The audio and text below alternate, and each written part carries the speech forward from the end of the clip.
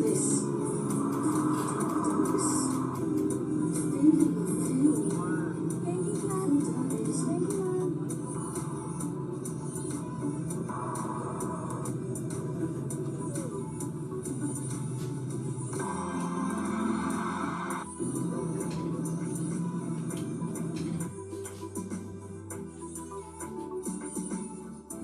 Your desire to be with somebody is not an indication that you should be. In relationships, one of the most abusive things that you can get into is what we call an intermittent reinforcement pattern, and it's one of the primary dynamics that's at play when people are staying in unhealthy relationships for themselves. I know this sounds really funny because usually when you ask somebody about a teacher, they're going to talk to you about an actual teacher or somebody who's in that type of a position.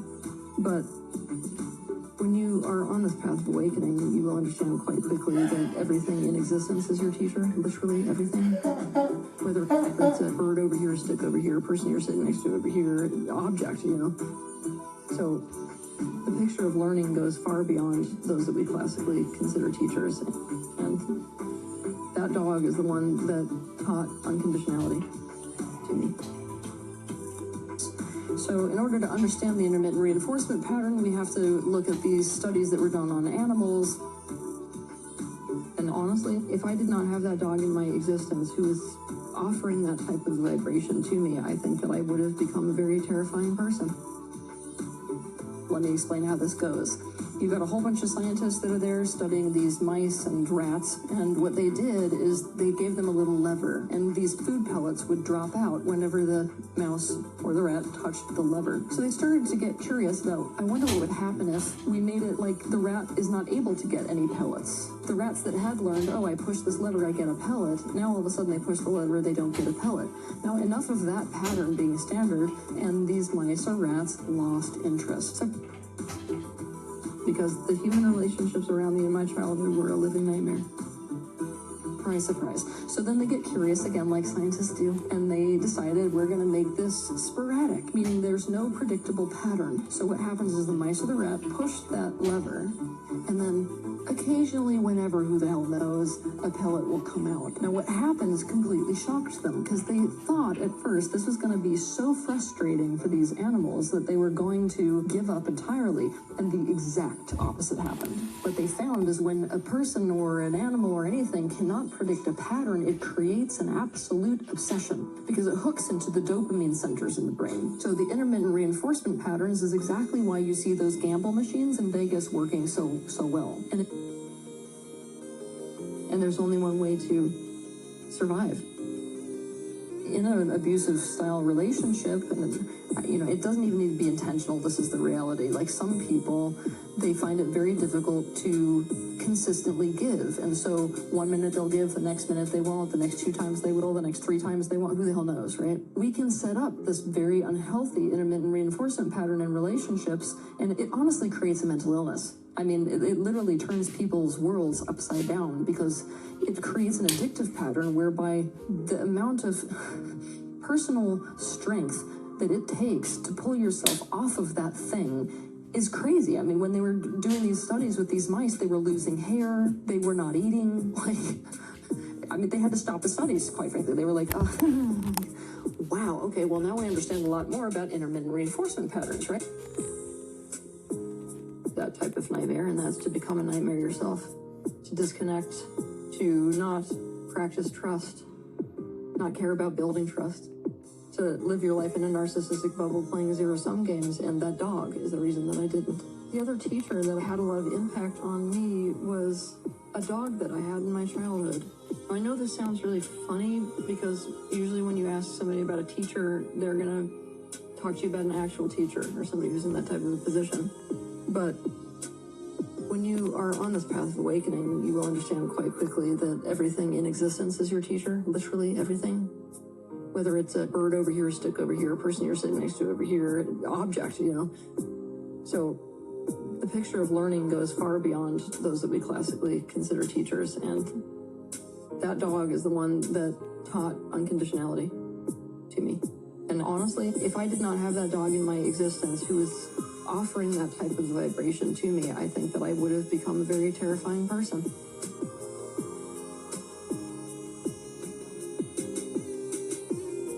sorry that we didn't get to, do the epic performance of Rain on Me in the Rain, but what's more worth it to me is life. And whoever threw these to me on stage, I will cherish them forever. It took so much in my heart to get back to a place where I could perform and be healthy. And I hope you know that part of why I decided not to finish the show was because I am healthy, and it's a healthy decision for all of you and for myself as well. So I love you. And yes, I'd rather we dry, but we're all alive, so go home and be safe. And I'll see you the next time I'm on stage. And until then, Chromatica will never be over, because Chromatica is about healing.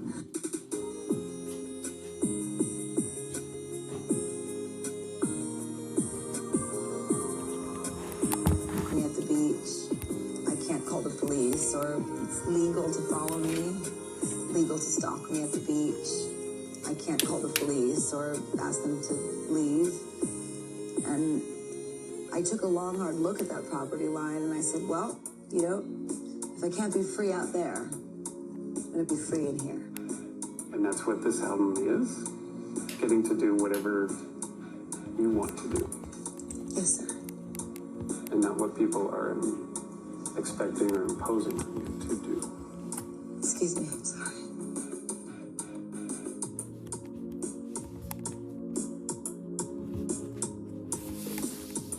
He leaves me. He starts dating somebody else. Is it emotional because you feel just that weight?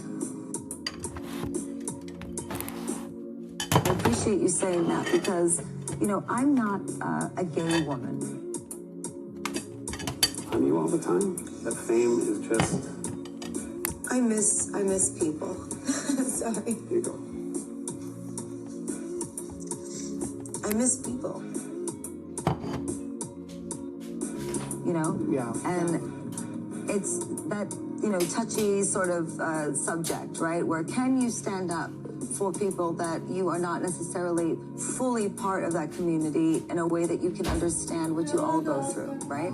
But I have always been surrounded by incredibly intelligent, powerful gay men who have lifted me up. Just having normal conversations with people? Yeah, I miss people. Through lots of changes in my life. Becoming famous was very strange. It's legal to follow me, legal to stalk me at the beach. And it's the gay men in my life that helped me to become a woman. And I don't know that a lot of people would understand that. I can't call the police or ask them to leave.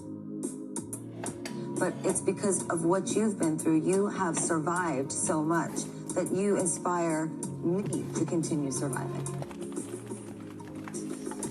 And I took a long, hard look at that property line, and I said, well, if I can't be free out there, I'm gonna be free in here.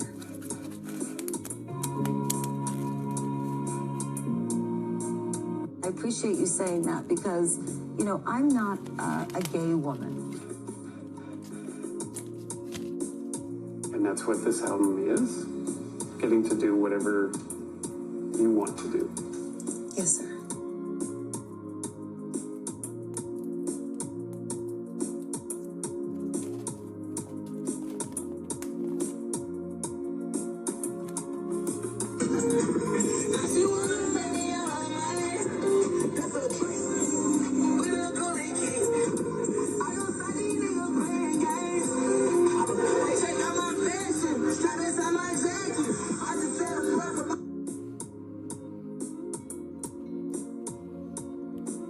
Who decides on this kind of thing? Because I know the song you're doing this evening, and it isn't a farm-based song as such. So where does the idea for the hay in the straw come from? Well, I designed this stage, and this song is about a love affair with a man from Nebraska. In the video and in the song, it's all about going back to his hometown to get him back. And there's this beautiful scene in a barn where everything sort of goes awry and is kind of twisted, and he's trying to fix me and change me. And as he's doing that, I break apart, and then he has to put me back together and put me in formaldehyde, and I turn into a mermaid, and the whole thing just goes wrong. A very traditional story then. Yeah. Who decides on this? And not what people are expecting or imposing on you to do. Excuse me, I'm sorry. Is it emotional because you feel probably Gaga is going to disappear for a couple of years? Because I know you, if you have kids, you're going to go all in. I miss people. Disappear? I don't think so, but look, I think music will be a part of our child's life. Better be. But I also have to see what it's like and what our kid needs, you know? I just really want them to have a very safe and happy childhood. So you're not wrong that will become my number one priority. You're actually right on the money with that. I just realized you might become Lady Mama instead of Lady Gaga.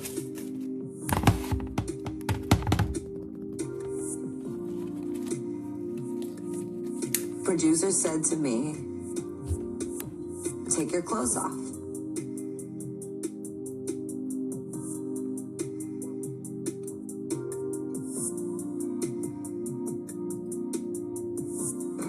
The man around the place. Some sent to a brother in New York named Bob. Bob for the fire out there. Bob answered to Bob, say, Bob, listen, if we leave this, give me this. Let us all like something then. But I will have I don't know the man got called out before Ellie. Now keep it there. Give me that go there. Give me this. Yeah, Bob, that's it. Stab it up, man. I can't do it. Give me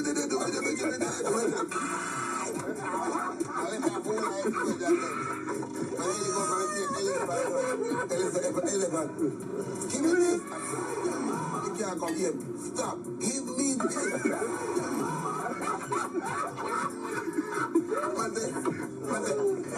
Give me this. When you go right there, they call it anything. White man, come here. We release something for you, white man. You told me when I heard, give me this, I was full of energy. And I said no. And I left. And they told me they were going to burn all my music.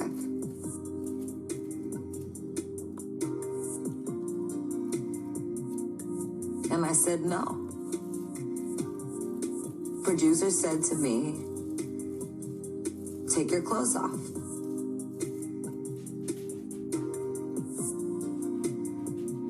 Years. We've been empowering finance professionals to realize ambition through our learning programs.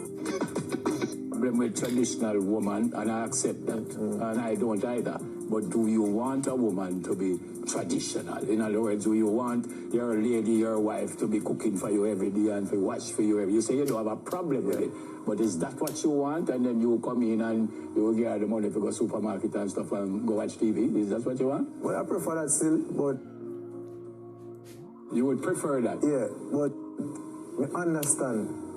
You know, I understand same way, say, this time and age, you know, more options did it for women explore. So, in a sense, you try to hold back nothing, you get me? Yeah. You know, because in order for your relationship work, you have to improvise. And, you have to give and take. Yeah, you have to give, so you can do that. I'm going to... I walked in there very confident, and I remember asking my friends, I was like, when I went into the show, how was the reaction? They're like, from the second you walked in, people were already hating you. Before you even opened your mouth. The people that liked me or supported me were too scared to vocally say it online because people would hate on them for liking me. That's crazy. Yeah. Even though reality, I don't know, you can tell me, I don't know if you can say it or not. Is reality TV really reality? It's not.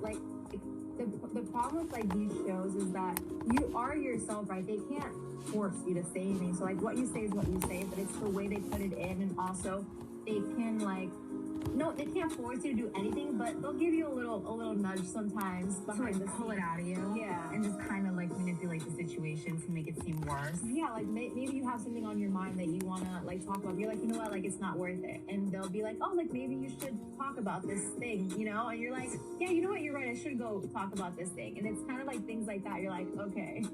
Then all of a sudden it comes down and you're like, wait a minute, that's not what I meant to say. Yeah. Bombshell, Yeah. right?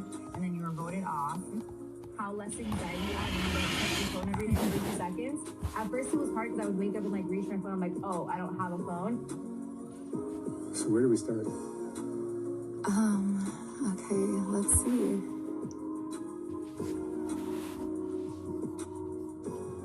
And I said no. And I left. And they told me they were gonna burn all my music.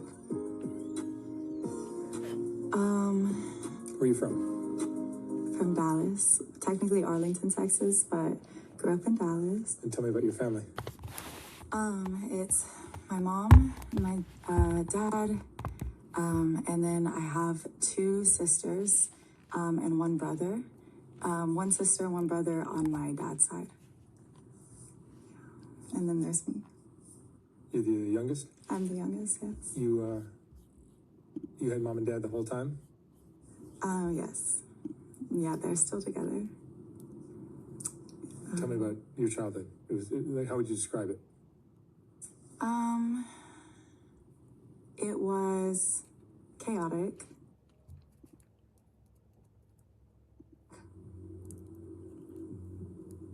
And they didn't stop.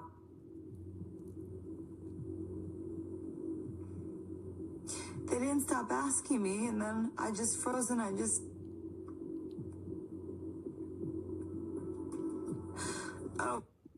don't even remember.